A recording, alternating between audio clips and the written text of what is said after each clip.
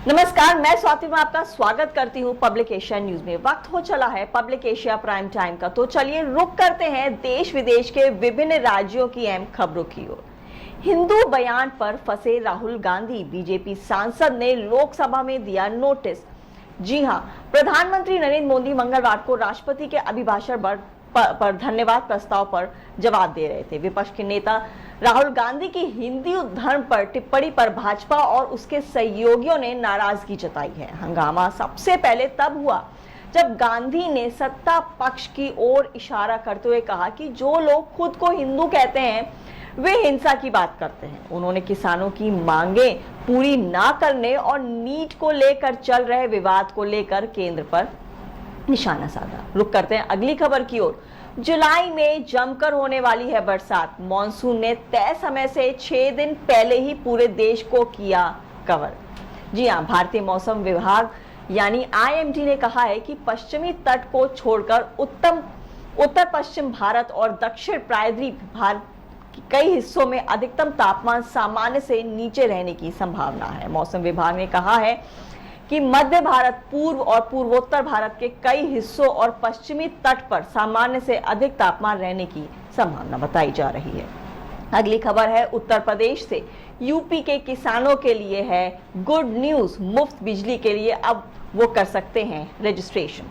उत्तर प्रदेश सरकार ने किसानों के लिए मुफ्त बिजली योजना की रजिस्ट्रेशन की तारीख बढ़ा दी है। अब किसान योजना का लाभ उठाने के लिए 15 जुलाई तक रजिस्ट्रेशन वो करा सकेंगे। इससे पहले पंजीकरण की अंतिम तिथि 30 जून तय की गई थी। योजना के तहत किसानों को हर महीने 140 यूनिट के हिसाब से तिमाही में 420 यूनिट मुफ्त मिलेगी। अगली खबर की ओर रुख करते बता रहे कि कल की 98 AD में प्रभास के किरदार में छुपा है गहरा राज। जी हां, महाभारत के इस योद्धा का निभाया है उन्होंने किरदार। बताते चले, निर्देशक नाग अश्विन की फिल्म कल की 2898 AD ने कामयाबी के सभी पड़ावों को पार कर लिया है। कमाई के मामले में इस मूवी ने शानदार प्रदर्शन करके दिखाया है। कल्कि में महाभारत के पात्रों की कहानी को अनोखे अंदाज से पेश किया गया है। मूवी में अमिताभ बच्चन ने अश्वत्थामा तो प्रभास ने महान योद्धा कर्ण की भूमिका निभाई है। निर्देशक नाग अश्विन की कल्कि 2898 AD में महाभारत के पात्रों की भरमार है, लेकिन सबसे अधिक लाइमलाइट फिलहाल अमिताभ बच्चन का अश्वत्थामा का किरदार और प्रभास का योद्धा कर्ण का किरदार सुर्खियां बटोर रहा है। रुक करते हैं अगली खबर की ओर। बिजली की खपत में जबरदस्त उछाल। जी हां, देश में गर्मी के सीजन में बिजली की मांग में तेजी आई थी। देश में लगातार बिजली की खपत ज्यादा हो रही है। बिजली की खपत में आई तेजी को लेकर ऊर्जा सचिव पंकज अग्रवाल ने कहा कि साल 2031-32 तक पावर डिमांड 400 गीगावाट के पार पहुंच सकती है। ऑफिशियल डेटा के अनुसार सोमवार को बिजली की अधिकतम मांग 209 गीगावाट थी। नमस्कार, मैं हूं जैनिश मिसी और आपका स्वागत है पब्लिक एशिया न्यूज में। अब वक्त है उत्तर प्रदेश की बड़ी खबरों से आपको रूबरू कराने का। पहली खबर की ओर बढ़ते हुए आपको बता दें, हुजूर सदन की कार्यवाही चल रही है, फिर भी बजट पेश होगा। 26 जुलाई की डेट दें, वो जरूर हाजिर होंगे। ये बात MP MLA मजिस्ट्रेट से बचाव पक्ष के अधिवक्ता ने कही तो अगली पेशी पर राहुल गांधी को पेश होने का मौका मिल गया। MP MLA न्यायालय में लोकसभा में नेता प्रतिपक्ष राहुल गांधी के विरुद्ध मानहानि का मुकदमा चल रहा है। उन्हें बयान देने के लिए कई पेशियों से तलब किया जा रहा है। परिवादी के अधिवक्ता संतोष पांडे ने सुनवाई शुरू होते ही कहा था कि जमानत करवाने के बाद कई पेशियों से आरोपित न्यायालय में उपस्थित नहीं हो रहे। उन्हें अंतिम अवसर दिया गया, फिर भी नहीं आए। अब गिरफ्तारी का वारंट जारी हो। इस पर राहुल के वकील काशी प्रसाद शुक्ल ने कहा कि बात सही है, लेकिन अभी संसद सत्र चल रहा है। एक अवसर दीजिए, फिर जो आदेश होगा उसका पालन किया जाएगा। मजिस्ट्रेट शुभम वर्मा ने अगली पेशी नियत कर उन्हें उपस्थित करने की बात कही। अगली खबर की ओर बढ़ते हुए आपको बता दें, लोकसभा में विपक्ष के नेता राहुल गांधी ने जिस तरह से हिंदुओं समेत तमाम धर्मों की बात की, उसे लेकर भारतीय जनता पार्टी हमलावर है। राहुल गांधी के बयान पर सियासी संग्राम मचा हुआ है। वहीं नगीना से सांसद और आजाद समाज पार्टी के मुखिया चंद्रशेखर आजाद ने भी कांग्रेस सांसद के भाषण पर प्रतिक्रिया दी है।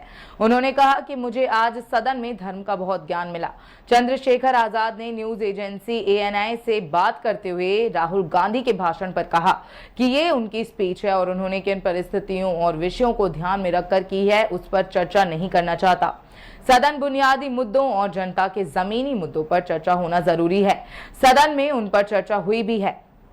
रोजगार, विकास, महिलाओं के सशक्तिकरण से जुड़ी चर्चा हुई है।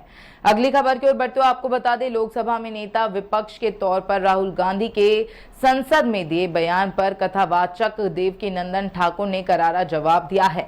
कथावाचक ने कहा कि हमने तो सुना था कि राहुल गांधी मोहब्बत की दुकान लगाते हैं, सबको मोहब्बत बांटते हैं। लगता है कि राहुल गांधी की मोहब्बत की दुकान में हिंदुओं के लिए सामान नहीं है और इसलिए मैंने देखा है कि उनकी 99 सीटें हैं और कोई भी हिंदू धर्माचार्य कांग्रेस की टिकट पर नहीं लड़ा है।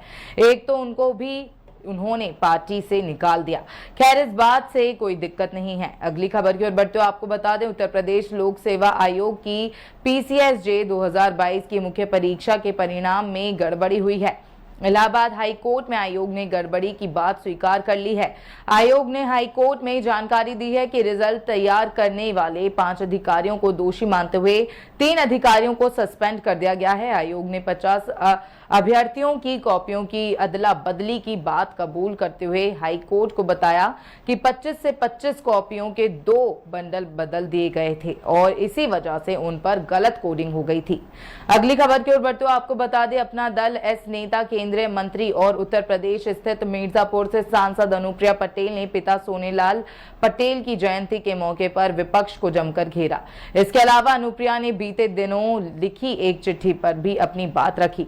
उन्होंने कहा कि इनसे सतर्क रहिए, ये वही लोग प्रमोशन में आरक्षण की बात को नकारते हैं। नॉट सुटेबल का जो मैंने पत्र लिखा था, ये उनकी सरकार में भी था। अनुप्रिया पटेल ने दावा किया कि लोकसभा चुनाव के दौरान विपक्ष द्वारा आरक्षण का झूठ फैलाया गया। यह विपक्ष भरमाने में क्यों कामयाब हुआ, सवाल ये खड़ा होता है। ऐसे ही तमाम खबरों के लिए देखते रहें पब्लिक एशिया न्यूज। धन्यवाद। नमस्कार, मैं स्वाति वर्मा, आप देख रहे हैं पब्लिक एशिया न्यूज। वक्त हो चला है हरियाणा की बड़ी खबरों का। शुरुआत करते हैं करनाल से। करनाल के पास पटरी से उतरे मालगाड़ी के 8 डिब्बे, दिल्ली अंबाला लाइन प्रभावित। आज सुबह हरियाणा के अंतर्गत करनाल के तरावड़ी स्टेशन के पास एक मालगाड़ी के 8 डिब्बे पटरी से उतर गए। इस हादसे में किसी के हताहत होने की खबर नहीं है। हालांकि इस हादसे के कारण दिल्ली अंबाला रेल ट्रैक प्रभावित हुआ है, जिसके कारण कई ट्रेनें रद्द भी हो गई हैं। वहीं दूसरी ओर यह हादसा कैसे हुआ, इसकी जांच जारी है। अगली खबर है पलवल से। नए कानून के तहत कैंप थाने में दर्ज हुई पहली FIR, संदिग्ध अवस्था में छात्र हुआ लापता। पलवल में नए कानून के तहत कैंप थाने में छात्र की गुमशुदगी की FIR दर्ज की गई है। दरअसल 1 जुलाई से 3 नए कानून भारतीय न्याय संहिता BNS 2023, भारतीय नागरिक सुरक्षा संहिता और भारतीय साक्ष्य अधिनियम 2023 लागू हो चुके हैं। अब घटित हुए अपराध के संबंध में भारतीय न्याय संहिता 2023 के अंतर्गत दर्ज किए जाएंगे। रुक करते हैं अगली खबर की ओर, जो है चंडीगढ़ से। हरियाणा सरकार ने गृह सचिव के लिए 3 IAS अफसर का भेजा पैनल। वित्त सचिव की नियुक्ति का भी इंतजार।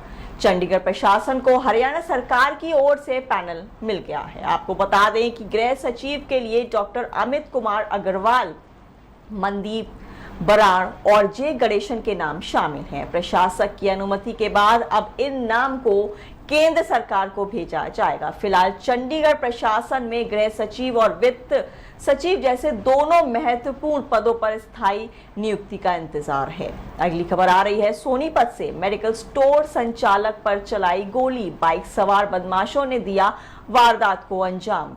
प्रहलादपुर में बाइक सवार बदमाशों ने मेडिकल स्टोर संचालक पर गोली चला दी। इस घटना में पिता पुत्र बाल बाल बच गए। घटना उस वक्त हुई जब रात को मेडिकल स्टोर संचालक शॉप बंद कर रहा था। इससे गोली शटर में जा लगी। शिकायत पर पुलिस ने मामला दर्ज किया है। पुलिस रंजिश के एंगल से मामले की जांच कर रही है। अगली खबर है चरकी दादरी से। बिजली पानी की समस्या को लेकर सड़कों पर उतरे लोग, वाहनों की आवाजाही ठप। प्रशासन पर लगाया आरोप। चरखी दादरी के सरदार झाड़ू सिंह चौक पर मंगलवार सुबह लोगों ने बिजली पानी की समस्या को लेकर जाम लगा दिया। लोगों ने नारेबाजी कर विभागों और प्रशासन के खिलाफ रोष जताया और सरकार के खिलाफ नारेबाजी की। जाम की सूचना मिलने के बाद शहर थाना प्रभारी निरीक्षक रमेश कुमार अपनी टीम समेत मौके पर पहुंचे और जाम खोलने के लिए समझाने का प्रयास किया। बावजूद इसके लोग अपनी बात पर अड़े रहे और संबंधित विभाग के अधिकारी मौके पर बुलाने की मांग की। ऐसे ही तमाम खबरों के लिए देखते रहें पब्लिक एशिया न्यूज। साथ ही हमारे Twitter, LinkedIn, Facebook, Instagram page को जरूर फॉलो करें। नमस्कार, मैं हूं रेणु कुमारी, आप देख रहे हैं पब्लिक एशिया न्यूज चैनल। इसी के साथ अब वक्त है दिल्ली की बड़ी खबरों का। पहली खबर की ओर चलते बता दें, दिल्ली के कीर्ति नगर इलाके में रिंग रोड पर मंगलवार सुबह डीटीसी की एक बस अनियंत्रित होकर डिवाइडर से टकराने के बाद पलट गई। हादसे में बस में सवार एक यात्री को चोट लगी है। पुलिस ने बस को कब्जे में लेकर मामले की छानबीन शुरू कर दी है। और अगली खबर की ओर चलते बता दें, पूरे देश में मेट्रो लाइन पर बारिश के बेशकीमती पानी के संरक्षण के लिए जरूरी उपाय करने का आदेश एनजीटी ने दिया है। दिल्ली मेट्रो की लाइनों पर बारिश के पानी की बर्बादी के मामले में यह आदेश एनजीटी ने पूरे देश की मेट्रो कंपनियों को दिया है। वहीं दिल्ली मेट्रो में 31 अगस्त तक सभी वर्षा जल संचयन के लिए बने पिट को उपयोगी बना देने के लिए भी कहा है। और अगली खबर की ओर चलते बता दें, इंदिरा गांधी इंटरनेशनल एयरपोर्ट के टर्मिनल 1D की छत ढहने के कारण 4 दिन बाद भी यात्रियों की परेशानी कम होने का नाम नहीं ले रही है। विमानों का न केवल टर्मिनल बदल दिया गया है बल्कि समय और उड़ान भी बदलने से यात्रियों की दिक्कतें बढ़ गई हैं। हालांकि उनकी समस्या को ध्यान में रखकर वॉर रूम तैयार किया गया है, जहां से उड़ानों का संचालन और यात्रियों की आवागमन पर नजर रखी जा रही है। और अगली खबर की ओर चलते बता दें, रिज क्षेत्र में 1100 पेड़ों की कटाई मामले में उपराज्यपाल और दिल्ली सरकार के बीच तकरार बढ़ सकती है। इस मामले में दिल्ली सरकार के मंत्रियों की फैक्ट फाइटिंग समिति उपराज्यपाल की भूमिका की जांच कर रही है। और आखिरी खबर की ओर चलते बता दें, राजधानी दिल्ली सहित उत्तर भारत के राज्यों में मानसून आ चुका है। ऐसे में अगर आप बारिश के दौरान कार या कोई वाहन लेकर चल रहे हैं तो आपको कुछ बातों का विशेष ध्यान रखना चाहिए। इससे आप रास्ते में आने वाली परेशानी से बच सकते हैं, क्योंकि जलभराव में गाड़ियों के फंसने के मामले लगातार बढ़ रहे हैं। आज और कल दिल्ली में भारी बारिश के आसार हैं। ऐसी तमाम जानकारी के लिए देखते रहें पब्लिक एशिया न्यूज चैनल। नमस्कार, मैं हूं स्वाति वर्मा, आप देख रहे हैं पब्लिक एशिया न्यूज। वक्त हो चला है पंजाब की बड़ी खबरों का। रुक करते हैं पंजाब की पहली खबर की ओर, जो आ रही है अमृतसर से। शिरोमणि अकाली दल के बागी नेताओं ने श्री अकाल तख्त पर मांगी माफी। कहा, सुखबीर बादल ने नहीं मानी बात। शिरोमणि अकाली दल के बागी नेताओं ने अकाली सरकार के दौरान हुई 4 बड़ी गलतियां ली। श्री अकाल तख्त पर लिखित तौर पर माफी मांगी। बागी नेताओं ने कहा, जो भी सजा दी जाएगी उसे भुगतने के लिए तैयार हैं। उन्होंने इन गलतियों के लिए सुखबीर सिंह बादल को जिम्मेदार ठहराया है। नेताओं ने नए शिरोमणि अकाली दल की गठन की बात भी कही है। अगली खबर है अमृतसर से ही, जहां यात्रियों से पैसा लेने वाले टीटी को SF5 चार्जशीट जारी। यूनियन की शर्म में पहुंचा टीटी। अमृतसर से चलने वाली पश्चिमी एक्सप्रेस ट्रेन में यात्री से पैसे लेने वाले TTE सुरेश कुमार को SF5 चार्जशीट जारी की गई है। रेलवे के तरफ से जारी की गई मेजर चार्जशीट के तहत रेलवे की तरफ से मिलने वाले कई फायदे बंद कर दिए जाते हैं। टीटी के खिलाफ निष्पक्ष जांच करवाने के लिए प्रधानमंत्री और रेल मंत्री को भी शिकायतें पहुंची। अगली खबर है पंजाब के फिरोजपुर से।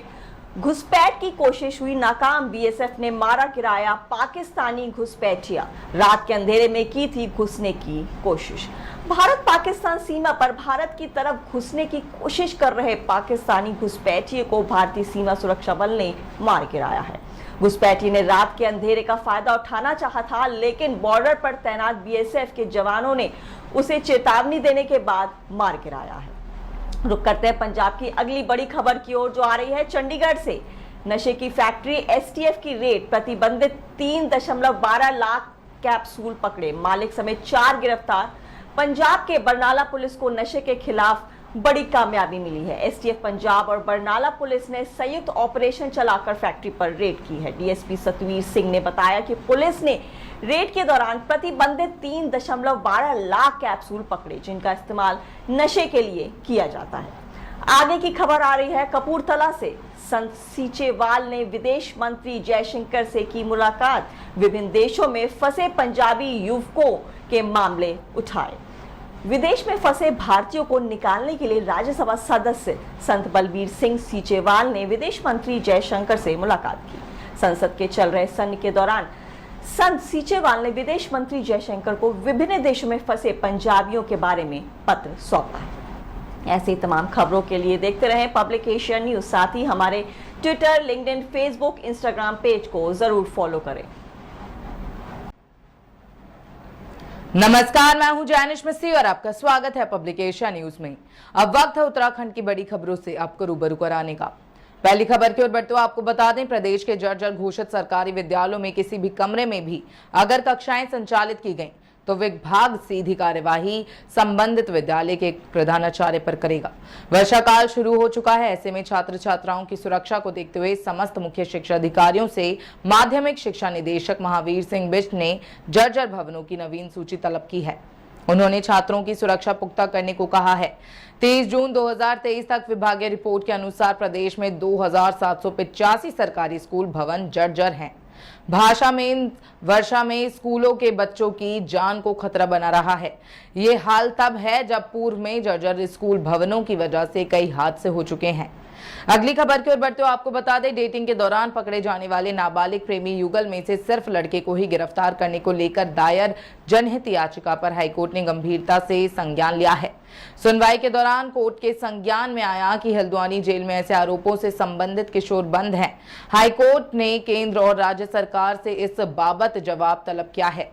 मुख्य न्यायाधीश ऋतु बहारी और न्यायमूर्ति राकेश थपलियाल की खंडपीठ के समक्ष मामले की सुनवाई हुई। अधिवक्ता मनीषा भंडारी ने हाईकोर्ट में जनहित याचिका दायर कर कहा था कि नाबालिग लड़के लड़कियों की डेटिंग के मामले में हमेशा दोषी लड़कों को माना जाता है।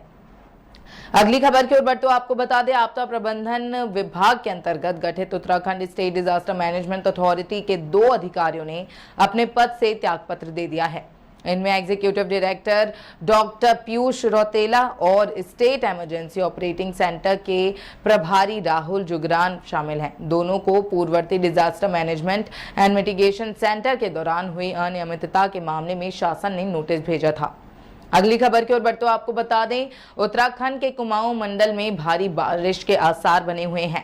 कुमाऊं रीजन के लिए मौसम विज्ञान केंद्र ने रेड अलर्ट जारी कर दिया है। रेड अलर्ट वाले इलाकों में तेज गर्जन के साथ बारिश होने की संभावना है। विभाग ने भूस्खलन वाले संवेदनशील क्षेत्रों में रहने वाले लोगों को सतर्क रहने की सलाह दी है। वहीं देहरादून में बारिश के बावजूद उमस भरी गर्मी बेहाल कर रही है। तापमान सामान्य होने के बावजूद उमस भरी गर्मी कम नहीं हो रही है। अगली खबर की ओर बढ़ते हुए आपको बता दें, मॉनसून की बारिश प्रदेश भर में जोर पकड़ने लगी है। मंगलवार को समूचे कुमाऊं मंडल में कहीं कहीं भारी से अत्यंत भारी वर्षा को लेकर रेड अलर्ट जारी कर दिया गया है। इस दौरान नैनीताल, बागेश्वर, चंपावत, अल्मोड़ा, पिथौरागढ़ एवं ऊधम सिंह नगर में कहीं कहीं भारी से अत्यंत भारी वर्षा हो सकती है। वहीं गढ़वाल मंडल के देहरादून, पौड़ी और टेहरी, हरिद्वार में कहीं कहीं भारी से बहुत भारी बारिश होने का अनुमान है। इसको लेकर चारों जनपदों में ऑरेंज अलर्ट जारी किया गया है। सोमवार तड़के देहरादून जनपद के पर्वतीय क्षेत्रों के अलावा गढ़वाल और कुमाऊं के कई हिस्सों में भारी वर्षा हुई। पिछले 12 घंटे के बागेश्वर जनपद के सामा में सर्वाधिक 222 मिलीमीटर वर्षा हुई। इसके अलावा लोहाघाट में 176.3 मिलीमीटर, नैनीताल में 145.2 मिलीमीटर, पौड़ी के रिखड़ी खाल में 145 मिलीमीटर और हरिद्वार के रोशनाबाद में 95.2 मिलीमीटर वर्षा रिकॉर्ड की गई। ऐसे ही तमाम खबरों के लिए देखते रहें पब्लिक एशिया न्यूज। धन्यवाद। नमस्कार, मैं हूं जैनिश मिस्सी और आपका स्वागत है पब्लिक एशिया न्यूज में। अब वक्त महाराष्ट्र की बड़ी खबरों से आपको रूबरू कराने का।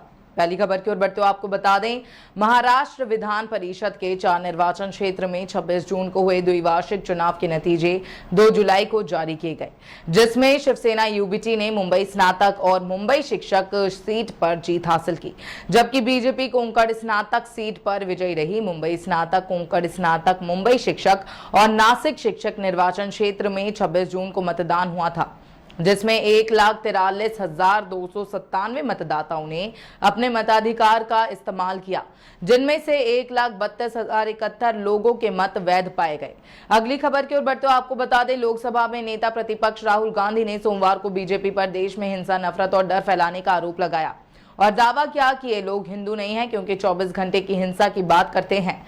राहुल गांधी के इस बयान पर अब शिवसेना यूबीटी के सांसद संजय राउत की प्रतिक्रिया सामने आई है। संजय राउत ने कहा कि राहुल गांधी ने सभी हिंदू समाज के बारे में कोई भी गलत वक्तव्य नहीं किया।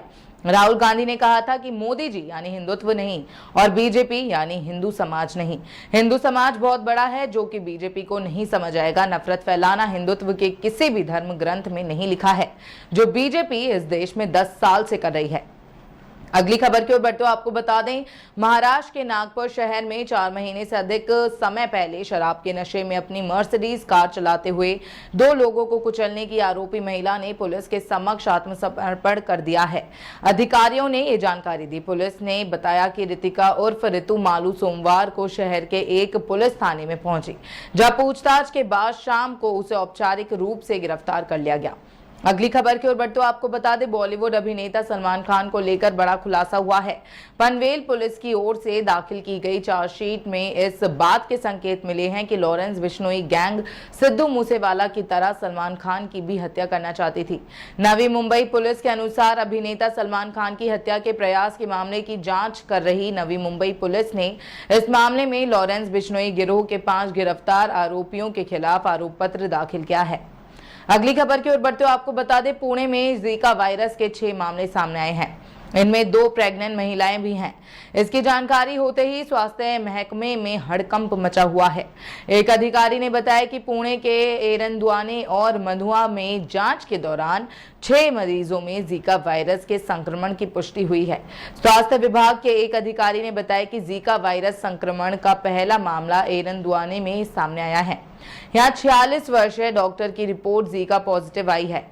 वहीं डॉक्टर की 15 साल की बेटी भी संक्रमित पाई गई है। साथ ही मधुआ से भी 2 मामले सामने आए हैं। इनमें एक 47 वर्षीय महिला और 22 वर्षीय युवक शामिल हैं। ऐसी ही तमाम खबरों के लिए देखते रहें पब्लिक एशिया न्यूज। धन्यवाद।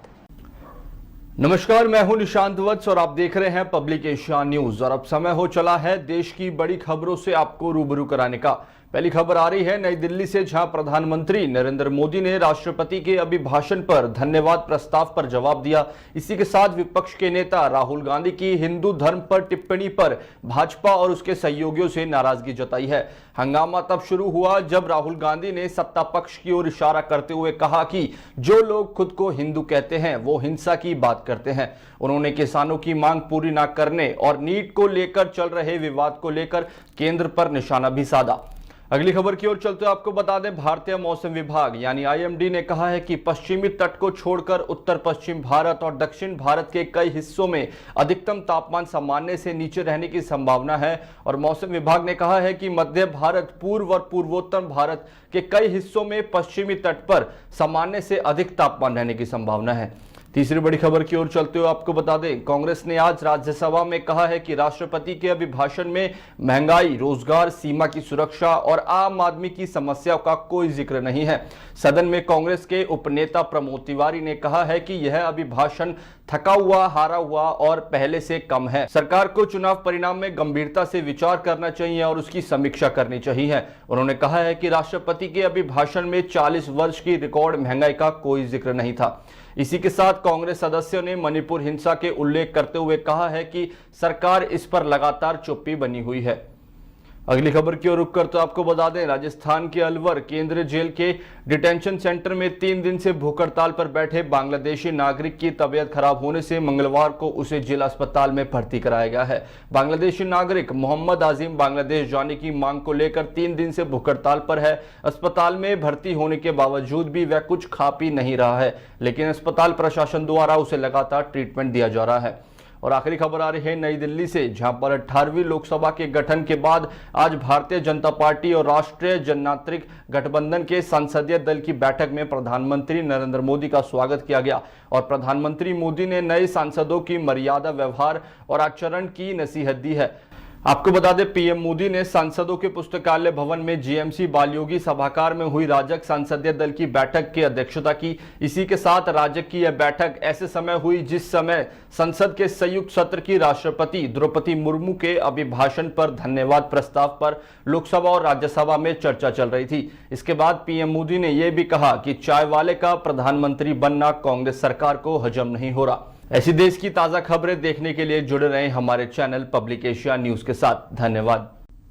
नमस्कार, मैं हूं जैनिश मिसी और आपका स्वागत है पब्लिक एशिया न्यूज में। अब वक्त है मध्य प्रदेश की बड़ी खबरों से आपको रूबरू कराने का। पहली खबर की ओर बढ़ते हुए आपको बता दें, लोकसभा के सत्र में राहुल गांधी ने बीते कल सोमवार 1 जुलाई को जो भाषण दिया उससे सियासत में भयंकर हंगामा मच गया।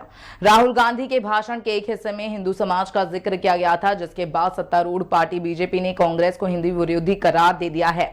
अब इस मामले में दिग्विजय सिंह राहुल गांधी के समर्थन में आए हैं। राज्यसभा सांसद दिग्विजय सिंह ने राहुल गांधी के भाषण और इस पर किए जाने वाले बीजेपी के हमले पर प्रतिक्रिया दी है। उन्होंने कहा, राहुल गांधी ने ये अपने भाषण में ही साफ कर दिया था कि प्रधानमंत्री नरेंद्र मोदी बीजेपी और आरएसएस हिंदुओं के प्रतीक नहीं है। इनका आचरण हिंदू धर्म की सीख के खिलाफ है। अगली खबर की ओर बढ़ते हुए आपको बता दें, पंचकुइया के स्थानीय अनाथ आश्रम में पिछले 2 दिन में 2 बच्चों की मौत हो गई। इसके अलावा 5 बच्चों को अस्पताल में भर्ती किया गया है। बताया जा रहा है कि खून में इन्फेक्शन की वजह से बच्चों की मौत हुई है। आपको बता दें कि इस अनाथ आश्रम में विभिन्न जिलों से बच्चों को लाकर रखा गया था। अब इस पूरे मामले में पुलिस शामिल हो गई है और घटनाक्रम की जांच कर रही है। इंदौर के पंचकुइया रोड स्थित श्री युग पुरुष धाम बौद्धिक विकास केंद्र में 2 दिन में 2 बच्चों की मौत हो गई है। इस अनाथ आश्रम में 1 दर्जन के करीब बच्चे ऐसे हैं जिनकी तबीयत बिगड़ गई है और बच्चों में खून का इन्फेक्शन मिला है। इन बच्चों को एमवाय अस्पताल से चाचा नेहरू अस्पताल भेजा गया है, जहां इनका उपचार चल रहा है।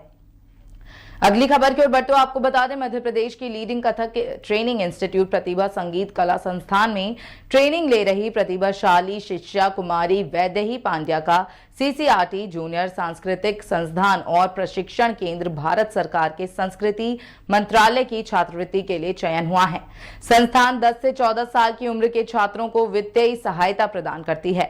छात्रवृत्ति योजना के तहत इंजीनियर प्रतिभा रघुवंशी एलची के मार्गदर्शन में वैदेही कथक नृत्य की शिक्षा ग्रहण करेंगी। बता दें कि पूरे मध्य प्रदेश में से सिर्फ 2 नृत्यांगनाओं का चयन हुआ है। उनमें से एक वैदेही पांड्या है। यह उज्जैन के कला जगत के लिए एक अहम उपलब्धि है।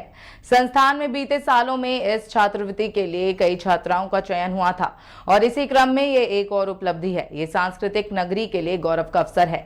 अगली खबर की ओर बढ़ते हुए आपको बता दें, एक तरफा प्रेम के वजह से युवक ने सरेरा किशोरी की चाकू से हत्या कर दी। आरोपी युवक तथा किशोरी स्कूल में एक साथ पढ़ते थे। किशोरी ने कुछ समय पहले आरोपी युवक से बातचीत बंद कर दी थी। पुलिस ने हत्या का प्रकरण दर्ज कर आरोपी की तलाश प्रारंभ कर दी है। प्रभारी सीएसपी ओमती राजेश कुमार राठौर से मिली जानकारी के मुताबिक नया मोहल्ला निवासी तमन्ना उम्र 7-17 पर शाम लगभग 7:30 बजे बड़ी ओमती बाजार में किसी युवक ने चाकू से हमला कर दिया था। किशोरी को उपचार के लिए एक निजी अस्पताल में ले जाया गया। हालत गंभीर होने की वजह से उसे मेडिकल अस्पताल रेफर कर दिया गया था। मेडिकल अस्पताल में डॉक्टरों ने प्रारंभिक जांच के बाद उसे मृत घोषित कर दिया। अगली खबर की ओर बढ़ते हुए आपको बता दें, अब से 1 पखवाड़े पहले तक लोगों को गर्मी से बेहाल कर रहा तापमान अब झमाझम बारिश के बाद पूरी तरह से लुढ़क गया है। 17 दिन पहले तक 46 से 47 डिग्री चलने वाले तापमान में अब 20 से 42 डिग्री की गिरावट हुई है। इधर मौसम विभाग ने कल 3 जुलाई से 12 दिन तक प्रदेश में झमाझम बारिश की संभावना जताई है। मौसम विभाग के मुताबिक 3 जुलाई से स्ट्रॉन्ग सिस्टम एक्टिव हो रहा है, जिसकी वजह से प्रदेश में तेज बारिश का दौर शुरू होगा। मौसम विभाग के अनुसार 3 जुलाई से 15 जुलाई तक प्रदेश में झमाझम बारिश होगी। इधर वर्तमान सिस्टम की वजह से प्रदेश में बारिश हो रही है। आज भी प्रदेश के 20 से ज्यादा जिलों में बारिश की संभावना बनी हुई है। ऐसे ही तमाम खबरों के लिए देखते रहें पब्लिक एशिया न्यूज। धन्यवाद। नमस्कार, मैं हूं रेणु कुमारी। आप देख रहे हैं पब्लिक एशिया न्यूज चैनल। इसी के साथ अब वक्त है बिहार की बड़ी खबरों का। पहली खबर की ओर चलते बता दें, सिंचाई मिशन योजना के तहत बिहार सरकार अपनी निजी या सामुदायिक जमीन पर कुआं और निजी भूमि पर तालाब और फार्म पॉन्ड बनाने के लिए भारी सब्सिडी दे रही है। योजना के तहत कुल 158 तालाबों और 51 कूपों का निर्माण कराया जाना है। योजना का लाभ पाने के लिए किसान 19 जुलाई तक ऑनलाइन आवेदन कर सकते हैं। और अगली खबर की ओर चलते बता दें, स्मार्ट मीटर उपभोक्ता के लिए जरूरी खबर है। आज से 3 दिन बिजली विभाग के काउंटर पर एक काम नहीं हो पाएगा। बिजली विभाग ने इसको लेकर सभी ग्राहकों को मैसेज भी दिया है। मैसेज मिलने के बाद सैकड़ों लोग सोमवार को कार्यालय पहुंच गए। यहाँ ध्यान देने वाली बात यह है कि 3 दिन स्मार्ट मीटर में पर्याप्त बैलेंस रखना जरूरी है।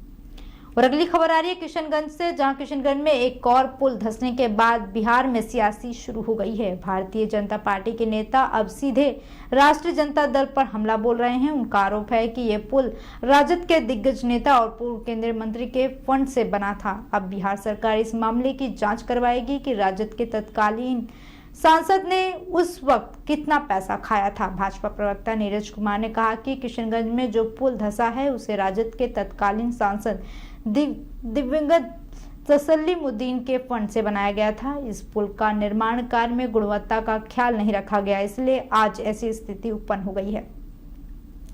और अगली खबर की ओर चलते बता दें, उप मुख्यमंत्री सम्राट चौधरी की अयोध्या में पगड़ी खोलने को लेकर पटना की सड़कों पर उनके समर्थकों ने पोस्टर भी लगा दिया है। इसमें स्पष्ट लिखा है कि 3 जुलाई को अयोध्या में श्री राम के चरणों में सम्राट चौधरी अपनी पगड़ी समर्पित करेंगे।